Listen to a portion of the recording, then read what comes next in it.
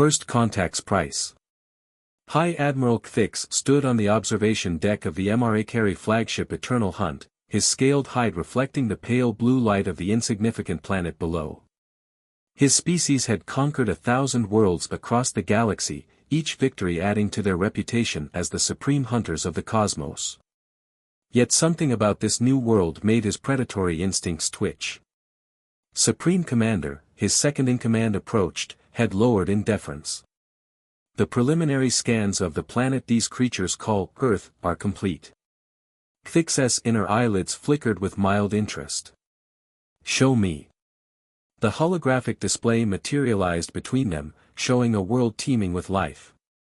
But what caught the High Admiral's attention wasn't the abundant biomass, it was the artificial structures. Cities sprawled across continents, vessels crossed their oceans, and primitive spacecraft orbited their world. They've achieved space flight. Kthix's facial ridges raised in surprise. Barely, Supreme Commander. Their technology is centuries behind ours. They haven't even colonized their own solar system properly. The second-in-command, Vrax, displayed images of human vehicles and weapons. Their military capabilities are primitive. Projectile weapons, chemical explosives, nuclear fission. Nothing that could threaten our bio-enhanced warriors. Kthix studied the images of humans going about their daily lives. Such soft creatures, without natural weapons or armor. Their bodies seemed designed for endurance rather than combat, with no claws, no venomous glands, no protective scales. Just bare skin and dull teeth. Send in the vanguard, Kthix ordered. 3 hunter-killer pods should be sufficient for preliminary assessment. Standard protocol, target their military installations first, then communication hubs. Let's see how these humans react to real predators. As the orders were relayed, Kthix felt a familiar thrill. The MRA Carey had evolved from pack hunters on their homeworld, and despite their technological advancement, they had never lost their instinctive love of the hunt.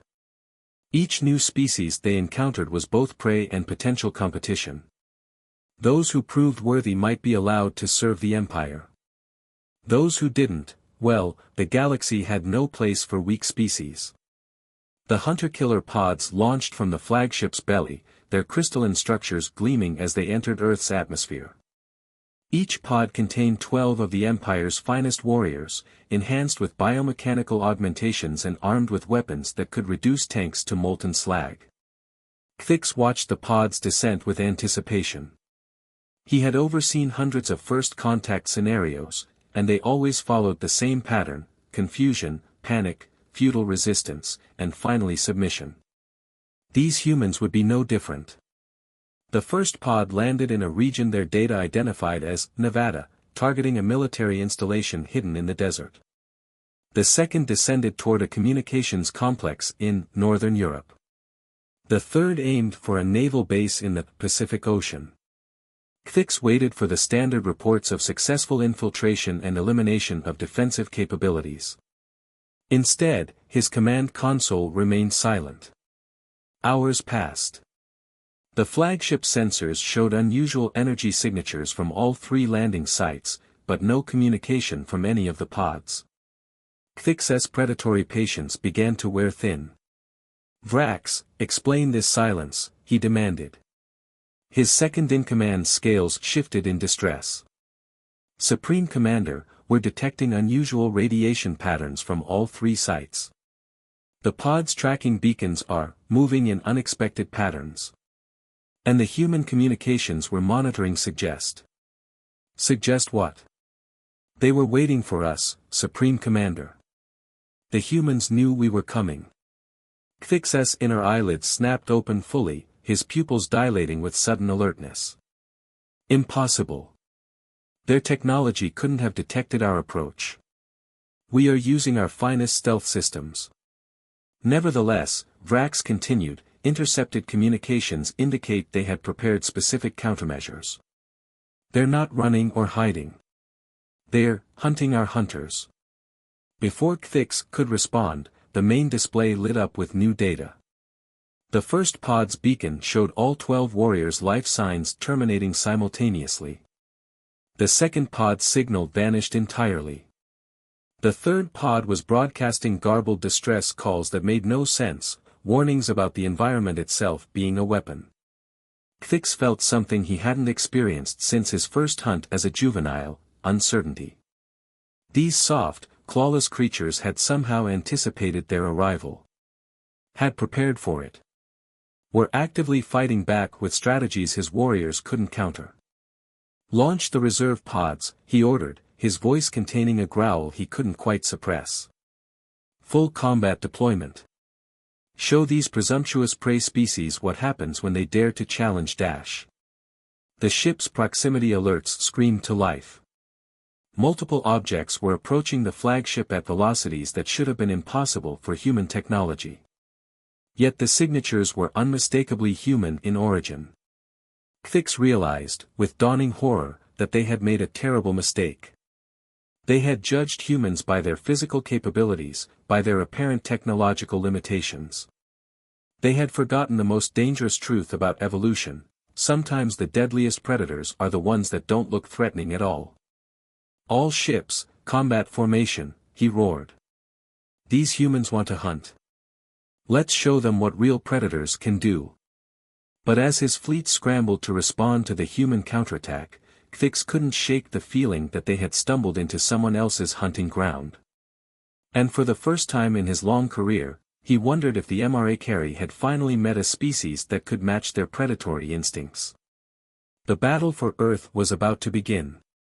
And the galaxy's apex predators were about to learn that humanity had evolved not through physical superiority, but through something far more dangerous: the ability to turn any weapon, any technology, and any environment to their advantage. The hunt was on. But this time, the MRA Carey weren't sure who was the hunter and who was the prey. The hunt reversed. Dr. Sarah Chen stood in the underground command center beneath the Nevada desert, watching the holographic display of the MRA Carey flagship's movements. 5 years of preparation had led to this moment, ever since her team at SETI had detected the first signs of the approaching predator species. "Quantum entanglement sensors are tracking their fleet movements," she reported to General Martinez. "They're exactly where we predicted they'd be." The general nodded, his weathered face illuminated by the blue glow of tactical displays.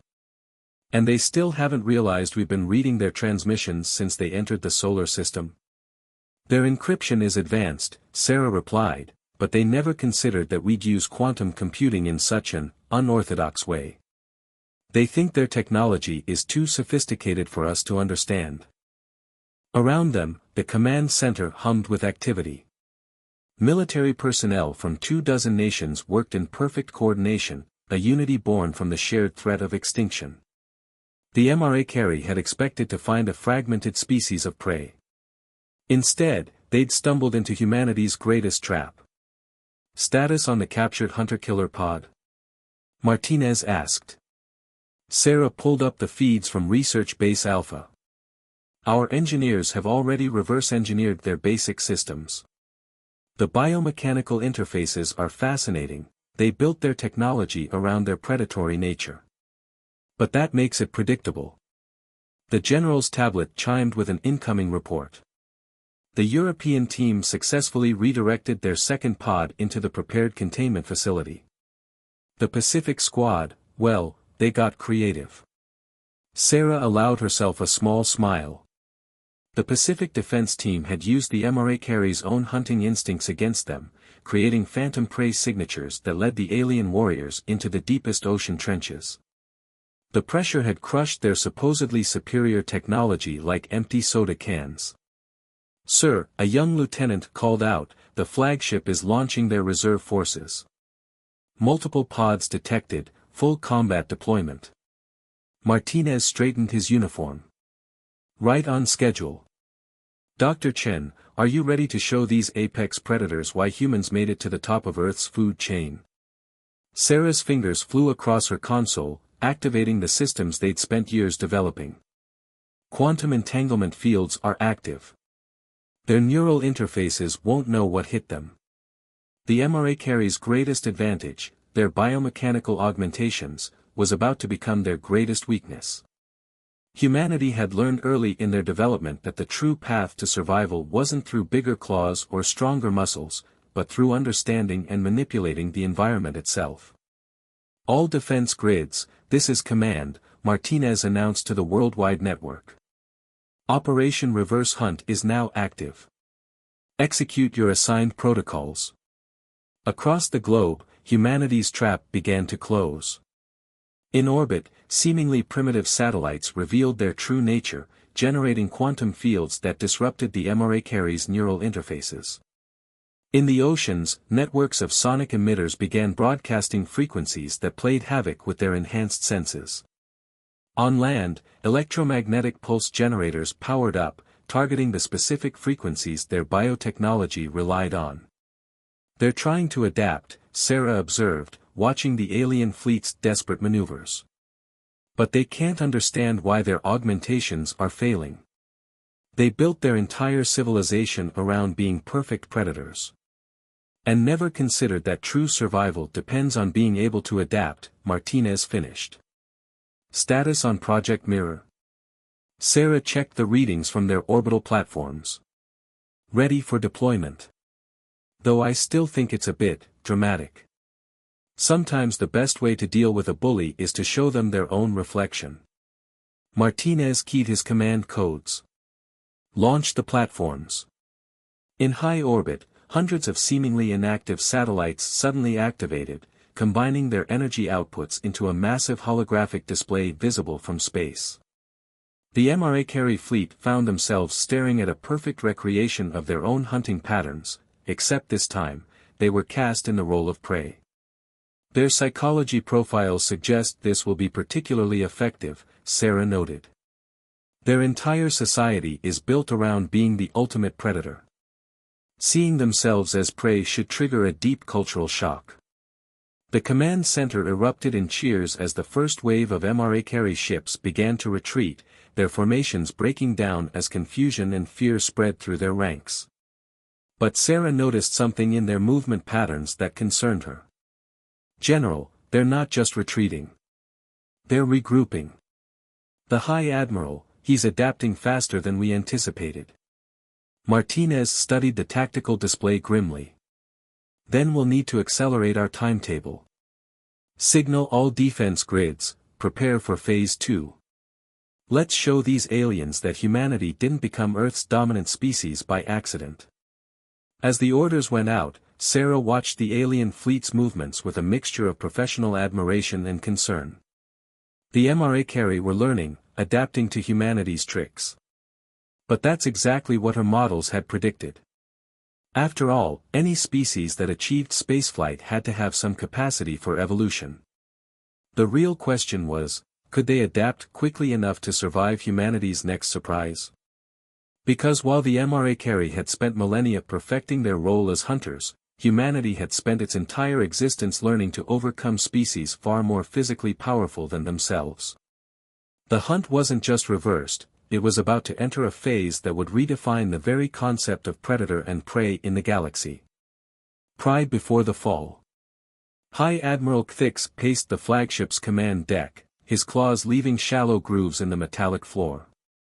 Holographic displays showed the status of his once mighty fleet, now scattered, confused, and fighting an enemy that seemed to anticipate their every move. Impossible, he snarled, watching another squadron fall into disarray as their neural enhancements failed.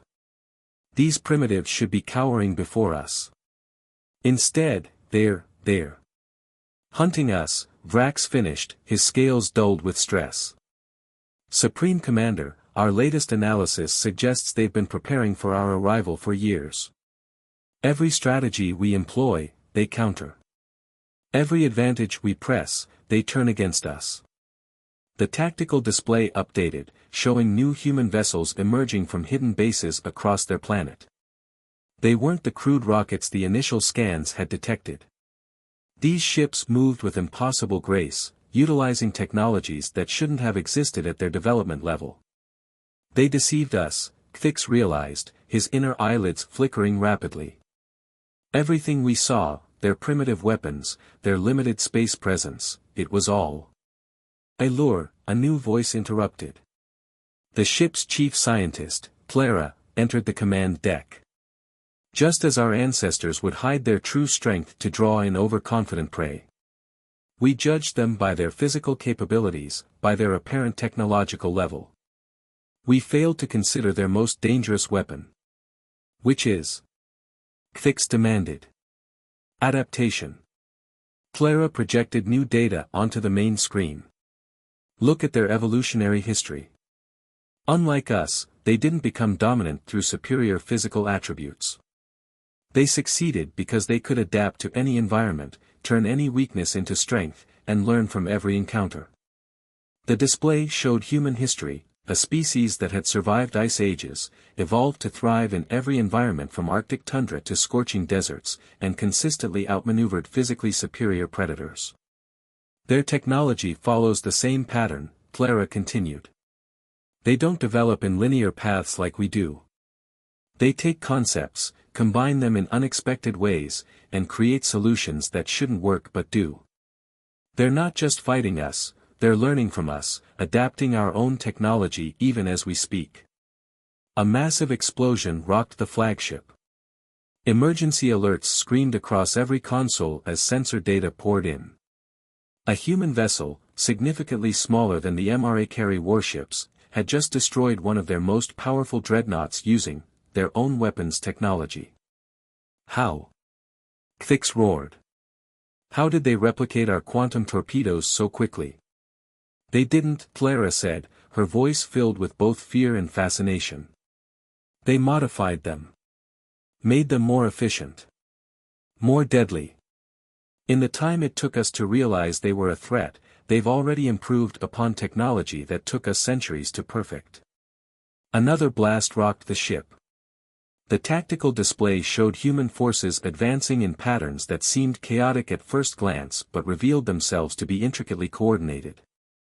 They weren't just attacking, they were hurting the MRA carry fleet, forcing them into positions where their superior numbers became a disadvantage. All ships, fall back to secondary positions, Cthix ordered. Regroup and prepare for. His voice trailed off as new alerts flooded the command deck. The humans had somehow accessed their combat networks, sending carefully crafted signals that triggered the predatory instincts of their enhanced warriors. Across the fleet, MRA carry crews were fighting their own biological imperatives, their carefully engineered hunting instincts turned against them. They're not just defeating us, Vrax whispered. They're studying us. Learning our weaknesses.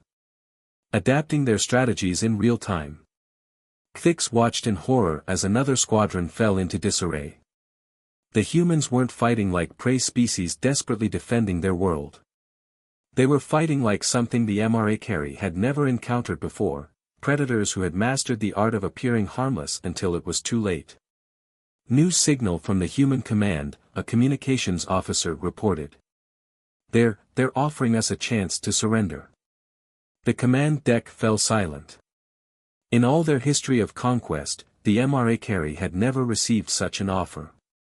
They had always been the ones demanding submission. Cthix stared at the tactical display, watching his mighty fleet being systematically dismantled by a species they had dismissed as primitive prey. His inner eyelids closed slowly as he realized the truth. Pride had led them into this trap, and pride would destroy them if they didn't adapt. Just like the humans had adapted. Just like they had been adapting since before they learned to make fire. The High Admiral of the galaxy's most feared predator species faced a choice: continue fighting and watch his fleet be destroyed by their own arrogance, or do something no MRA carry leader had ever done before, acknowledge that they had met their match. The hunt had become a lesson in humility, and the price of pride was about to be paid in full. The engineering of victory. In a heavily fortified laboratory beneath the Rocky Mountains, Dr. Sarah Chen and her international team worked at a feverish pace. Surrounding them were pieces of salvaged MRA carry technology, each component revealing new secrets about their would-be conquerors. Their entire technological foundation is based on biological principles, Sarah explained to the holographic assembly of world leaders. They didn't just evolve as predators, they built their civilization around that concept. That's both their greatest strength and their fatal flaw. On the massive display behind her, complex diagrams showed how the alien technology interfaced directly with their nervous systems, enhancing their natural hunting abilities. But human engineers had already found ways to improve upon these designs, stripping away the biological limitations that the MRA carry had never thought to question.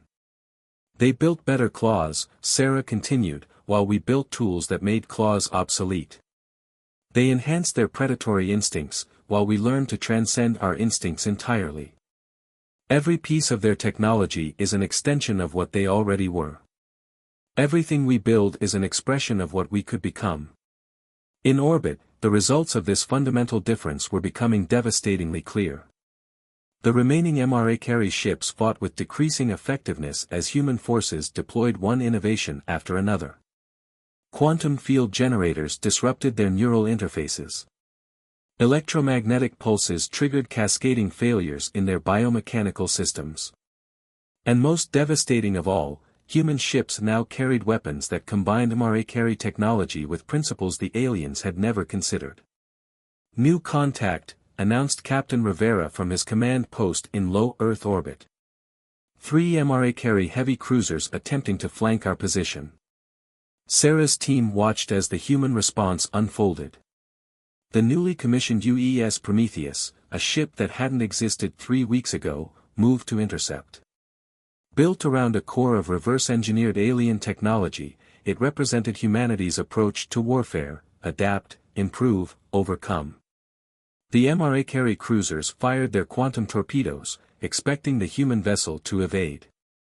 Instead, the Prometheus activated its hybrid shield system, a combination of alien energy fields and human-designed quantum entanglement barriers. The torpedoes didn't just bounce off, they were redirected back at their source, their energy signatures modified to bypass the cruiser's own defenses. That's impossible. The MRA carry transmission was picked up on all frequencies. Those are our own weapons. No, Sarah whispered, though the aliens couldn't hear her. They're what your weapons could have been if you'd looked beyond your evolutionary constraints. In the laboratory, her team continued their work. Each piece of alien technology they studied revealed new possibilities, not because the MRA carry were less intelligent, but because they had limited themselves to improving what they already knew. Humans, with their endless drive to transcend their limitations, saw potential the aliens had never imagined. A junior engineer rushed up to Sarah, tablet in hand. Dr. Chen. We've cracked their quantum communication network. The modifications you suggested to their bioneural interfaces, they worked better than we expected. Sarah studied the data, a slight smile forming. They never considered that their secure communications could be enhanced by removing the biological components entirely. Send this to the fleet immediately. Across Earth's orbital space, human ships began implementing the new communications protocols. The MRA carry's coordinated defense strategy crumbled as their supposedly unbreakable encryption fell to algorithms that didn't rely on predatory instincts to function. In the flagship's command center, High Admiral Kthix watched with growing despair as his forces lost their last technological advantage. These humans hadn't just adapted to MRA carry technology, they had fundamentally reimagined it, stripping away millions of years of evolutionary assumptions to find the pure potential beneath. Supreme Commander, Vrax reported, his voice heavy with resignation, the humans have deployed new weapons platforms. They've taken our shield technology and improved it. Our sensors can't even properly analyze the principles involved. Kthix stared at the tactical display, watching as more of his ships fell to weapons that his most brilliant scientists couldn't comprehend. The humans hadn't just reversed the hunt, they had changed the very nature of technological warfare. In her underground laboratory, Sarah received the latest battle updates with mixed emotions. Victory was assured now, but she couldn't help wondering about the future. The MRA carry had brought humanity advanced technology, expecting to find easy prey. Instead, they had given tools of unimaginable power to a species that had spent its entire existence learning to make the impossible possible. Dr. Chen, a military aide, approached. High Command wants to know, once we've won, what do we do with all this new technology? Sarah looked at the alien devices scattered around her lab, each one already surrounded by human improvements and innovations. We do what we've always done, she replied. We adapt. We improve. And we prepare for whatever comes next. Because in the vast darkness of space, humanity had learned an important truth: sometimes the most dangerous predator isn't the one with the sharpest claws or the strongest armor. Sometimes, it's the one that never stops learning, never stops adapting, and never accepts that anything is truly impossible. Respect among predators. The Great Hall of the United Earth Government Headquarters in Geneva fell silent as High Admiral Kthix entered. The massive MRA carry leader moved with deliberate grace, his ceremonial armor dulled to show humility rather than polished to intimidate. Behind him, Clara and Vrax followed, carrying the ancient symbols of their empire's surrender. Dr. Sarah Chen watched from her position among Earth's delegation, noting how the aliens' body language had changed since their first encounter. Gone was the predatory arrogance, replaced by something she recognized from humanity's own history: the capacity for growth. 3 months ago, General Martinez began, addressing the assembled human and MRA carry representatives, your fleet entered our solar system believing you would find easy prey. Today, you come seeking peace. The question is, what changed? Kthix stepped forward, his inner eyelids flickering with what Sarah now recognized as thoughtful consideration. We changed, he said, his translator conveying both words and subtle meanings. Or rather, you changed us. In all our history of conquest, we never encountered a species that forced us to question our most basic assumptions. Holographic displays activated around the hall, showing the devastating losses the MRA carry fleet had suffered. But alongside images of defeat were others, human engineers working alongside alien technicians, sharing knowledge and breaking down barriers of biology and culture. Your victory, Kthix continued, was not merely military. You showed us a truth we had forgotten, that true strength lies not in maintaining superiority, but in the constant drive to evolve beyond what we are. Clara stepped forward, activating her own presentation. In mere months, human scientists took our most advanced technology and improved it in ways we never imagined possible. Not because you were smarter, but because you approached each challenge without the constraints of predatory evolution. The displays showed hybrid technologies that merged human innovation with MRA carry biomechanical engineering. Weapons had become tools for exploration. Neural interfaces had been adapted for medical breakthroughs. What was built for hunting now served creation. We offer not just our surrender, Kthix announced, but our desire to learn. For millions of years, we believed being apex predators made us superior. You taught us that true evolutionary success lies in the ability to transcend one's nature. Sarah stood, addressing both human and alien delegates. The MRA carry brought us advanced technology, expecting to find primitive prey. Instead, they found partners in evolution. Their biological adaptations and our technological innovation, working together, can achieve things neither of us could manage alone. The hall erupted in discussion as the implications became clear.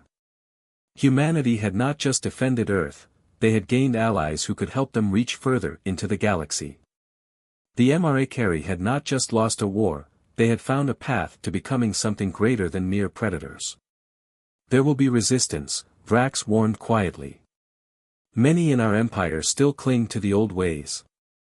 Of course, Sarah replied with a knowing smile.